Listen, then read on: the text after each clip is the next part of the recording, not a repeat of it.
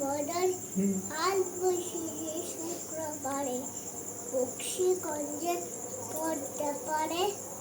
30 বছর লুটিয়ে এনে গ্রামের মানুষ বেঁচে কিনেছে বেগুন পটল মূলো পেটের বুড়ার থামাকুড়া সর্ষে ছোলা ময়দা আটা শীতের আপার নকশা কাটা ঝাঁঝরি কড়াই বেরি হাঁটা সব থেকে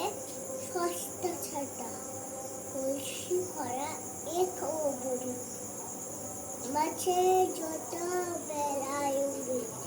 পরের আটির কবে আল্লাহ ঘাটে চাষি